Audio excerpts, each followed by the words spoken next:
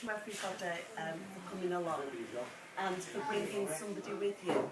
This is about our fourth meeting now, when a few of us residents got together because we weren't happy about people who are opposed to this development writing to the press and claiming to speak on behalf of all of us. So a few of us who live very, very local got together to counteract that view.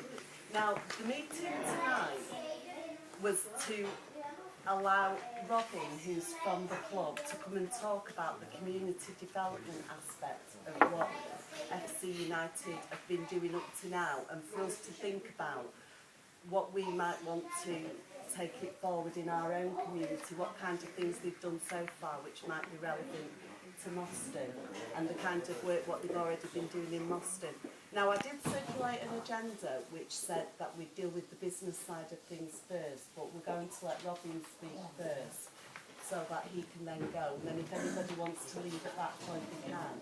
And then those of us who are the activists doing things, if we stay behind and look at the activity we've done last week and the activity what we're going to be doing in the coming week. Robin's going to speak for about, he's going to be here for about half an hour, but he'll take questions at the end. Is that okay? Yeah. So welcome and thank you for coming to talk to us. Thanks very much. My name's Robin Pye. I'm the Community and Education Coordinator at FC United, which is it's now a full-time job and has been for 3 years, and it's just getting to the point where I get a full-time wage as well, so that's good.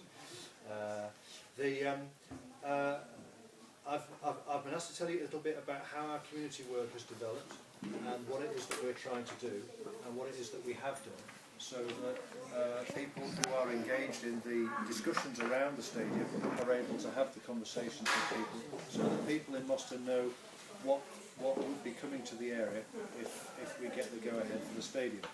And I think the important thing that I always try and get across when I try and explain to people about what our community work is all about is I take as my starting point and remind people what kind of organisation we are.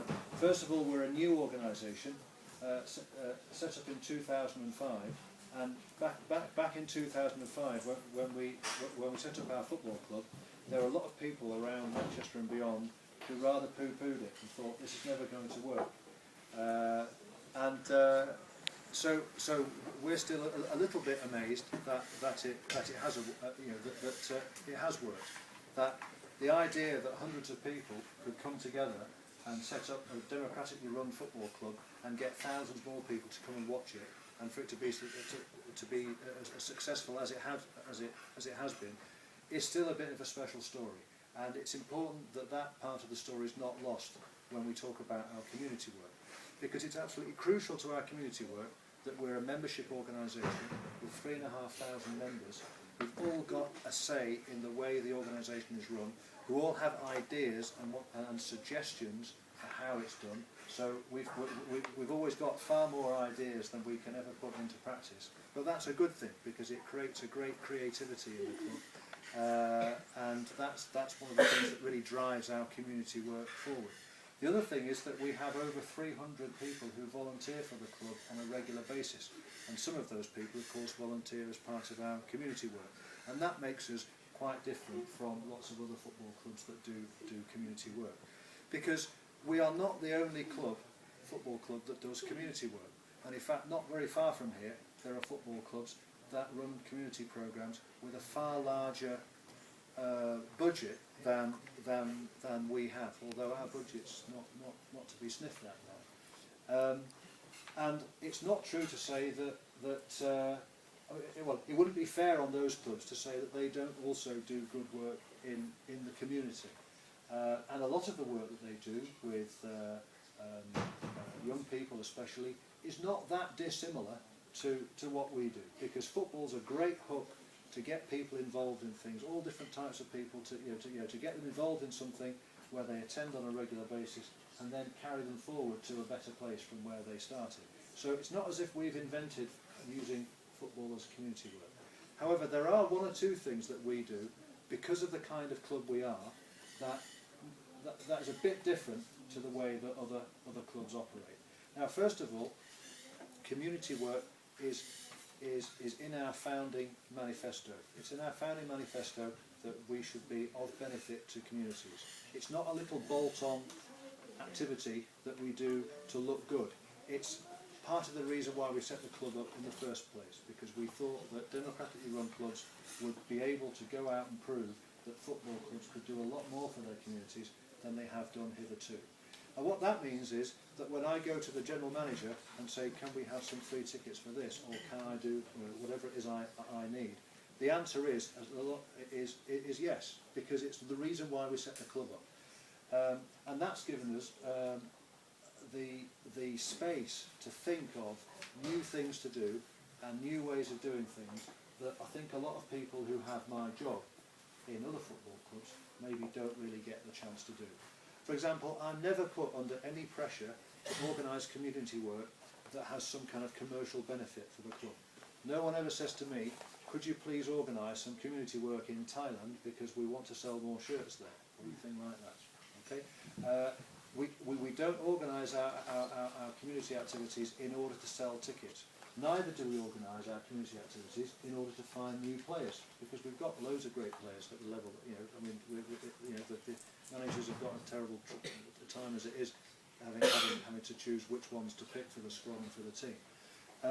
So, although we do organise a lot of football activities, we're not doing it because we're trying to find a good player and we'll have him and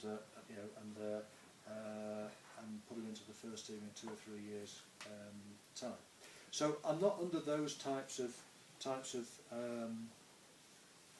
pressures. I think the other thing that makes us very different from other football clubs is that all our community work has been done in partnership. We don't have a budget that's given to us by the Premier League to go out and do nice things and make us look good. We started with a budget of 0, and so we have to go out and find out where we can get resources, where we can get volunteers, what is it people want to do, and we end up, of course, teaming up with other organisations. And because we are ourselves a community organisation, we understand other community organisations, and we are not interested in elbowing them aside and say, well, thanks very much, we'll take over here. We believe very strongly in working in partnership with other community organisations. When we come across other community groups, we have an instinctive urge to breathe life into them and help them to grow. So one of the features of our community work, for example, is that we don't operate any junior football clubs below the age of, we don't operate any junior teams below the age of 18. And the reason for that is that there are lots and lots of fantastic junior football clubs in Manchester that are doing a great job running under 8s, under 9s, under 10s, all the way up to about 16 anyway. So there's no point us setting up another set of teams to undermine them and try and nick their players. On the contrary, what we've always done from day one is try and work in partnership with junior football clubs, and part of the reason for that is that we have a lot of people involved in our club who are also involved in running their local junior football clubs, so we understand where they are coming from. And if you talk to some junior football clubs and the coaches that coach their teams there, of course they're always very pleased when their players go on and do well, but a little bit of their heart sinks when a scout comes along and takes one of their players, and then they hear later on that actually he didn't quite make the grade, and now he's a bit disillusioned with football and not even playing, because that does happen unfortunately quite a lot. So we're not involved in that in those types of activities. This is what we do. About half our work this last year has been with unemployed young people aged between 16 and 19. And we run an awful lot of programs where we train youngsters. First of all, we get them involved in playing football again, turning up on a regular basis, getting to know some new people, feeling like they're part of something, taking them to matches, but making them feel like they're part of our club. And then what we do is that we train them as sports coaches. Because training someone to be a sports coach, to run sports training sessions, is a fantastic way to give people some self-confidence, give people some experience of talking in front of others, being the person in charge, being the person that takes responsibility, and all sorts of good things come out of that. We believe, from the work that we've done, that the confidence that we've been able to give some young people has helped them hugely to get back into education that they may have dropped out from, and get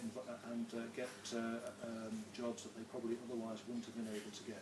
But they've had something to say at job interviews that they wouldn't have been able to say before, and they've known